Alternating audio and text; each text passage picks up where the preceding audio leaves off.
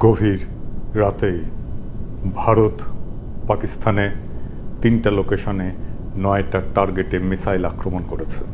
আমরা অনুমান করতে পারি এই আক্রমণ একটা ফুল স্কেল যুদ্ধে পর্যবসিত হতে পারে। পাকিস্তান আর্মি 2টা ভারতীয় জেট ভূপাতিত করেছে।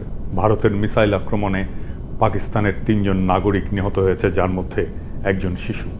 এই প্রসঙ্গে বহুল আলোচিত গাজওয়াতুল হিন্দ নিয়ে আমরা আজকে কথা বলবো। এইটা এমন একটা ধারণা নিয়ে যেটা একদিকে জিহাদের স্লোগান, আবার অন্যদিকে রাষ্ট্রীয় ভয়ের পুঁজি। গাজওয়াতুল হিন্দ শব্দটা শুনলেই কানে বেজে ওঠে ধর্মীয় যুদ্ধ, আগ্রাসন এবং এক গভীর ধর্মীয় আবেগের প্রতিধ্বনি। কিন্তু আসলে এটা কি? কোথা থেকে এলো এই কথা? আর কেন একবিংশ শতাব্দীতে এসে আবার মাথাচাড়া দিয়ে উঠেছে সেই পুরনো মিথ? আর কেনই বা বলছি এই গাজওয়াতুল হিন্দ সম্ভবত শুরু হয়েছে আর ভারত পরাজয়ের পথে অগ্রসর হচ্ছে? আসুন ইতিহাস, ধর্মতত্ত্ব এবং রাজনীতির সীমানা পেরিয়ে খুঁজে বের করার চেষ্টা করি এই ধারণার উৎস, ব্যবহার এবং পরিণতি সম্পর্কে। গাজওয়াত শব্দটা ইসলামী পরিভাষায় ব্যবহৃত হয় ওই সমস্ত যুদ্ধে যেখানে নবী রাসূল স্বয়ং অংশগ্রহণ করেছিলেন। আর হিন্দ মানে ভারত, এই দুটো শব্দ মিলে দাঁড়ায় হিন্দের যুদ্ধ। কিছু হাদিসে উল্লেখ করে ভবিষ্যতে মুসলমানরা হিন্দ বিজয় করবে, যেমন সুনান আল নাসাই এবং মুসনাদে আহমেদে একটা বর্ণনায় বলা হয়েছে, আমার উম্মতের একটা বাহিনী হিন্দের সঙ্গে যুদ্ধ করবে, আল্লাহ তাদের ক্ষমা করবেন। তবে ইসলামী স্কলারেরা অনেকেই বলেন যে এই হাদিসগুলোর সনদ দুর্বল এবং এগুলোকে ঐতিহাসিক ভাষ্য হিসেবে ধরা যায়, কিন্তু তা দিয়ে আধুনিক রাজনৈতিক সহিংসতার বৈধতা পাওয়া যায় না। 20 শতকের শুরু থেকে বিশেষ করে পাকিস্তানের রাষ্ট্রনীতিতে গাজওয়াতুল হিন্দ হয়ে ওঠে এক কল্পিত ধর্মীয় আদর্শ। অনেক সংগঠনই তাদের রাজনৈতিক প্রোপাগান্ডায় এই শব্দগুলো ব্যবহার করে বারবার, যেন ভারতের বিরুদ্ধে যে কোনো যুদ্ধ মানেই ইমানের লড়াই।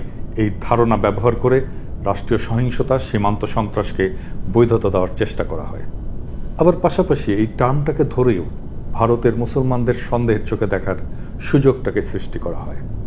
কিন্তু এটা কি আক্ষরিক অর্থে যুদ্ধ নাকি প্রতীকী যুদ্ধ? সেই যুদ্ধ কি শুরু হয়েছে? আর যদি শুরু হয় তাহলে কিভাবে শুরু হয়েছে? আর এই যুদ্ধের পরিণতি বা কি?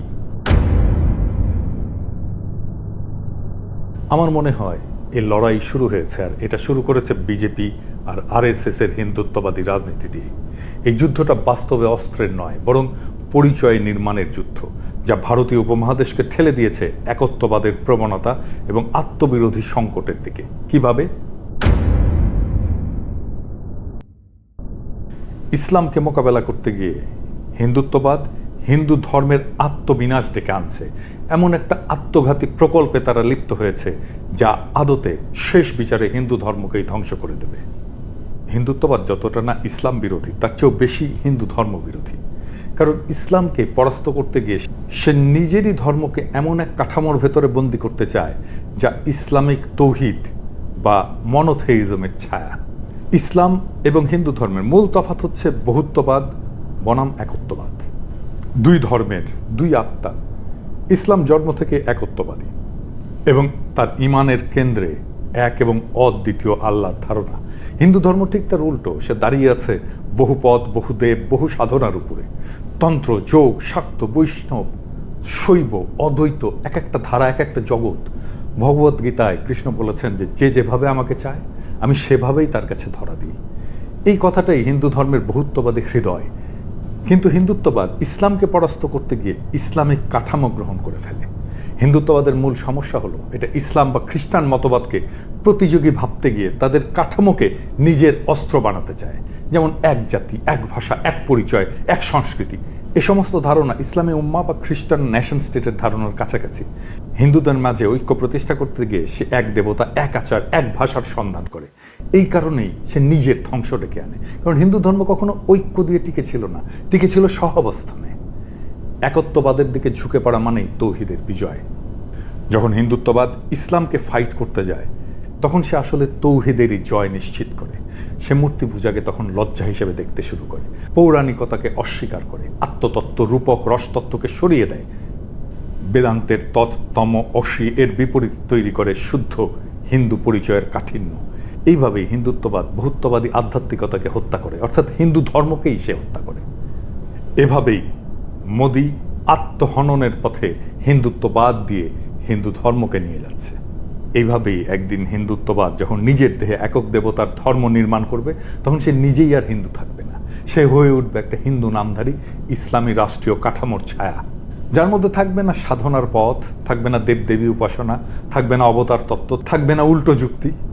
সে সময় ইসলাম যদি আসে তাহলে সে বলবে, তুমি তো একত্ববাদকেই বিশ্বাস করো, কিন্তু আমাদের একত্ব অনেক আগে থেকেই পরিণত, তুমি শুধু তার ছায়া, তুমি তাকে অনুসরণ করেছো। এই ছায়া যখন আত্মার আর আশ্রয় দিতে পারে না, তখন মানুষ মূল উৎসের দিকে ফিরে যায়। তখন তৌহিদ শুধু জয়ী হয় না, হিন্দুত্ব নিজেই তাকে তার মঞ্চ প্রস্তুত করে দেয়।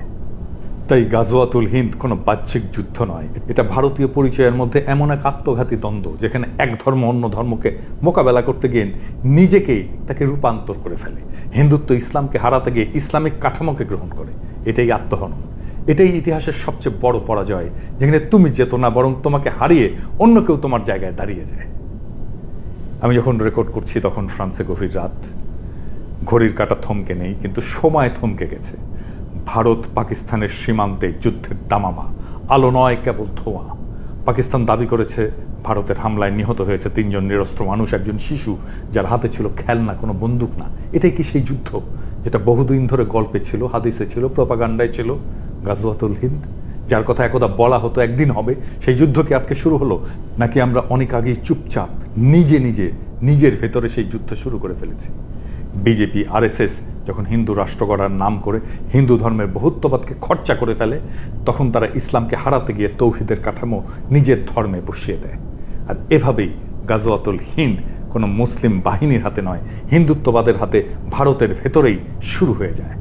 এখন যারা বলবে ভারত জিতেছে, তারা হয়তো মৃতদেহ গুনছে না, কারণ এই যুদ্ধে পরাজয় মানে শুধু শত্রুর জয় নয়, নিজের পরিচয় হারিয়ে ফেলা, নিজের আধ্যাত্মিকতাকে পোড়ানো, নিজের ধর্মকে কাঠিন্যে মুড়ে দেওয়া। হিন্দুত্ব যখন অদ্বৈতবাদ দিয়ে এক পথে হাঁটতে চায়, তখন সে নিজেই নিজের সমস্ত পথ হারায়।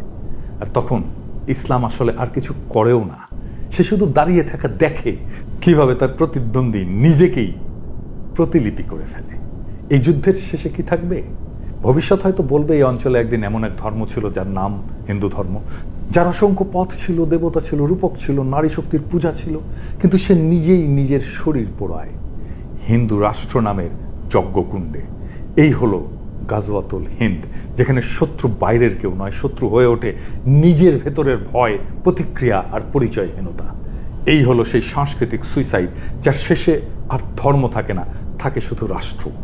আর সেই রাষ্ট্রে মানুষও থাকবে না, থাকবে শুধু বিজয় লিখে রাখা এক শূন্যতা, এক ঐতিহাসিক পরাজয়, যার শুরুটা ভারতের হিন্দুত্ববাদীদের হাতে, যারা হিন্দু ধর্মকে বিজয়ী করতে গিয়ে আখেরে তার নিজের ধর্মকেই পরাজিত করে ফেলে।